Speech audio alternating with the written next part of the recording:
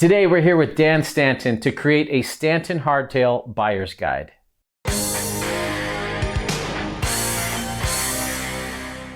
It's a real treat to have Dan here. He's here from the UK visiting me in the States in Sedona, Arizona. And we've got every one of his hardtails that he makes. And we're gonna hear from the designer's mouth what the differences are between these. So if you're on the fence, which Stanton should I get? Should I get a Sherpa? Should I get a Switch9er? Should I get a Switchback? Dan's going to walk us through all those and help us kind of decipher who is the ideal person for each one. All right, so most of these are available in 4130 steel, 631 Reynolds. Yeah, 631 Reynolds. And titanium. Let's start with the 27.5 models. We've got the Switchback and the Slackline. We've got some trick custom paint jobs going on here. These are experimental. Got kind of a tape masked purple and blue over here and the splatter one, which I absolutely love.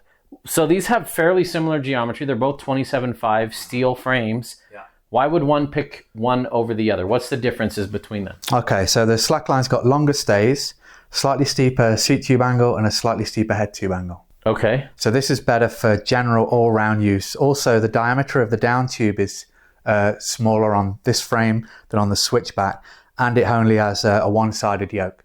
This is all around trying to encourage this frame to have more elasticity in it, so that it just absorbs more trail buzz and just feels more comfortable for longer rides. Whereas this is all about getting your power down, clearing gaps and jumps, and mucking around with your mates in the woods. This wants to be ridden hard. Ridden hard. That's the point in it. You got to be honest with yourself when you're buying a bike. A lot of us think, oh, I ride hard. I'm going to get the aggressive one. Aggressive sounds cooler. Just in case I ever hit some hard stuff, I want the aggressive one. If we're not riding aggressively, you're actually going to prefer the less aggressive bike. It's going to be smoother, it's going to flex a little bit more, going to be a little bit more compliant, and will actually react to that a little bit more. But if you are hitting big gap jumps and charging, or you're a bigger, burlier, heavier rider and you value stiffness and responsiveness over comfort, well, yeah, we're going to go with the Switchback, the more aggressive one. Yeah, so we've got a larger diameter down tube, but also the wall thicknesses are thicker in this frame. This is running down to 0.5 millimeters through the center of the tube. A lot of the flex in the frame is coming through the top tube and in the seat stays. So yeah, this is really designed for trail riding. Obviously still great for playing around, hitting jumps and mucking about like that. But if you want something that's really like burst responsive, super aggressive, this is the frame you want to be going for, really. Awesome. So you pretty much said, let's make this as thin, as light, and as supple as we can. And let's make this thing handle massive hits. Yeah, that's right. Awesome. So another thing to note is that if you get this in the 853 version, then because 853 is effectively 631 tubing, but it's been put through the heat treatment process. So what's happening there is it means then you can thin the wall thickness down and still get the same tensile strength, the same dent resistance, basically on between the two models. These are some of the most comfortable, supple bikes I've ridden. And the more I talked to him about it, the more I realized, I still don't have 10% of the understanding he has about what makes a frame supple. So those are the 27.5 models. Let's talk about the Sherpa, one of my all-time favorite steel hardtails. Okay, so the same principles are applied between the Sherpa and the Switch9er. Effectively, the Sherpa is the 29 version of the Slackline, and the Switch9er is the 29 version of the Switchback. So the Slackline and the Sherpa run exactly the same tubing. The chain stays are even longer, obviously, on the Sherpa because you got to fit a 29er. Yeah. And then you can run a 140 millimeter fork on this, or to 130 millimeter fork on this. Yeah. So that's a 140 27.5 fork. Yeah. 130 29er fork. Yeah. Okay. And it's exactly. So you could effectively, because they're all tested to the same. Same standards. You could run this with a 150 fork if you wanted to, because it's tested to that. But geometrically, it's ideal at 140. Sure. I prefer to run this frame with a 120mm fork. Me too. That's my ideal. Me too. I love it with the 120. Feels better all around. But you can over fork it, but you're gonna slacken out the seat tube. These are already way slacker than they look because Dan measures them at sag. So when you're looking at his geo chart, these are pre-sagged, and so they're slacker unsagged than they look. This is closer like a 65.5 degree, maybe 65 degree head angle. It's quite slack for a trail bike where it should be. Yeah. We love that. So that it's not chopper slack, you're not wandery on it, but when people ride this, they're just like, man, why am I connecting with this bike so well? The geometry is magical on that thing. So hard charger, and comfort trail bike that's not going to beat you up. That's right. Not that these beat you up either. No, these feel fantastic. I ride a Sherpa quite a lot, and I ride a lot of like Peak District trails. I live in the Peak District out in the countryside. The Sherpa is a go-to bike for me for most of my riding. So then you Switch9er is your Huna. People are still riding that, cross-country loops. The double-sided yoke really stiffens up the frame laterally, and obviously the larger diameter down tube then stops that bottom bracket waver as well, and it's just the whole thing just feels like it bursts under acceleration. So that's kind of its advantage. And also with the slacker head angle, it's just more confidence inspiring when it comes to really steep descents and things like this. It's a very, very stable bike. I'd say one of the main things that's important to me when I'm hitting jumps and whatnot is it's just that it stays super stable in the air. So say you come around a berm, you look up, you've got a jump in front of you. Now as soon as you start whamming power down on those pedals, if you're waving like that, then it can send the bike squarely into the takeoff. So taking care of the amount of lateral flex that you get through that bottom bracket really helps aid stability as you enter into the jump and then through the air. Nice tight landing. Really, that's one of the main focal points of the Switch range. And both in steel and tie have that same characteristic of that stiffness in there. Yeah. A lot of people don't realize how much you can tweak and flex a frame just on pedaling it or shifting or going into a berm, and the frame will flex, and it's meant to. And sometimes we want it to flex and absorb some chatter, and sometimes we don't. Slalom stuff, pump tracks, berms. Like you said, you don't want to come off a jump with it half flexed and then kind of change in the air. Very interesting. So if you're riding mellow and you're not like railing berms and you're not using your cornering knobs, you're just kind of riding at like a 4 or 5 out of 10 pace, you're actually going to enjoy something that suits that a little bit better. Yeah. So the way I say it is black diamonds and double black diamonds. I love the Switch9er. Yeah. The Sherpa will still do it surprisingly well. Yeah. But it's the bike I pick for blues and greens. I have more fun on the Sherpa on blues and greens than I do when I'm on the Switch9er on blues and greens. Natural ride as well. Yeah. Something that a lot of people don't talk about is the difference between titanium and steel and the ride feel difference between the two. Yes. So when you're designing in steel, you're trying to thin the material down. Yes. But you've always got that line that because obviously everything needs to pass testing, but as you're taking more material out, then you're effectively weakening the frame. Sure. So you're playing with that line of ISO testing or CN testing, and ride comfort and flex. With titanium, you can design that frame in exactly the same diameters, wall thicknesses, and so on as in the steel, and it would still go through testing. Sure. But the elasticity, it would feel so bandy. Really? Yeah. If you had the same exact tube set but in tie, it would flex more in tie. Yeah. I mean, you see it when you put a frame on the alignment table at work. So when we're at work, we've got a frame, got it on the alignment table. Say this chainstays are slightly out, and we've got to realign the chainstays.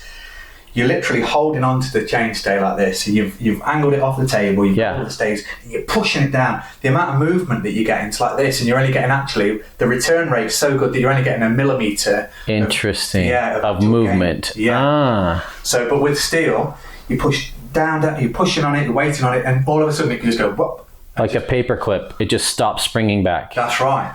So the elasticity in tie is far greater. So what that means when you come to designing in titanium is you can increase your wall thicknesses and you can put it exactly where you want. You can change the diameters of the tubes. So you can try and really increase the lateral stiffness of the frame, but keep the whole like ride quality and flexing the frame by thinning the walls in the top tube, in the seat tube, and down the seat stays. You're actually getting more of what you want out of titanium. With a designer, you're actually really designing exactly what you're chasing when you're designing in titanium. Here you're more limited by wall thickness. You're limited by the fact that you're playing with that boundary between can you get it through testing and still not ride like an anvil. Yes. Whereas this, you have a much wider margin to work with. Yeah. You can make this far too flexy and still pass testing. Yes.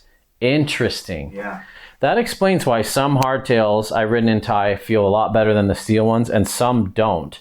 I don't know that all designers understand the difference and design their tubing and thickness is different between their models. That's awesome. That's great insight. Yeah. So I've ridden the steel Switch9er. I haven't ridden the Thai. I'm about to build this up so I can review it. Yeah. What do you expect? What's it going to ride like? I think it's great.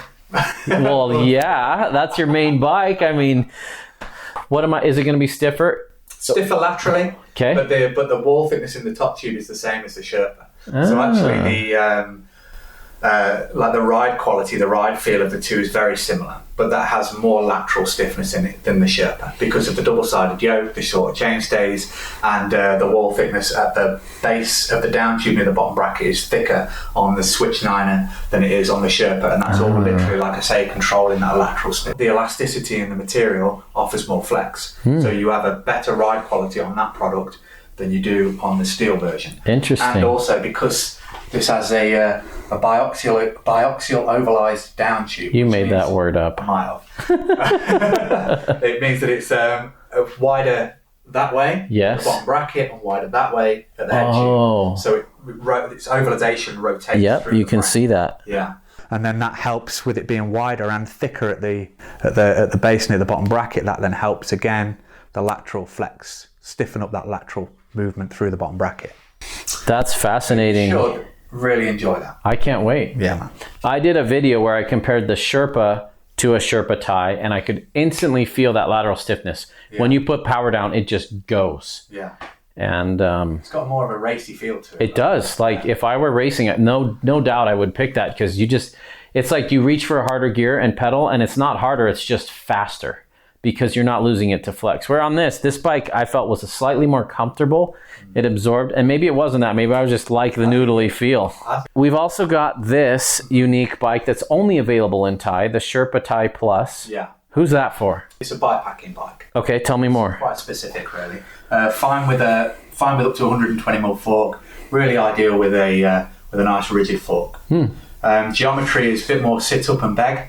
You know what I mean? A bit more upright. Yeah, as you want when you're bike packing. Yeah, and it's just taking in the scenery. You know, it's still really nice on descents, nice slalom feel to the bike. The chainstays along with the bottom bracket's deeper than the other Sherpa. It's designed for 29 to 3-inch tires. And I will say it fits them with clearance, with UK clearance. UK clearance, proper mud clearance. Yeah, I've got a video on that too, the first look and the ride review of that. It's more of a comfortable sit, take in the scenery. It doesn't wander with all, you know, when you put weight on a bike and you're trying to climb, it really does pull the bike around. Yes. Right? So the geometry of that is to try and stop that wandering feel as you've got steep climbs, you know, when you're going slower, heavily weighted, just that sort of frame. Dan, you got to be proud of this lovely fleet of hardtails that you've designed and built, and you've been doing this for a while. I have, yeah. Dan knows his stuff. Every time I talk to Dan and get nerdy about bikes, I learn one or two new things. This man's forgotten more about bikes than I can even remember. He lives and breathes this stuff, and it shows when you ride his frames. They're very, very special.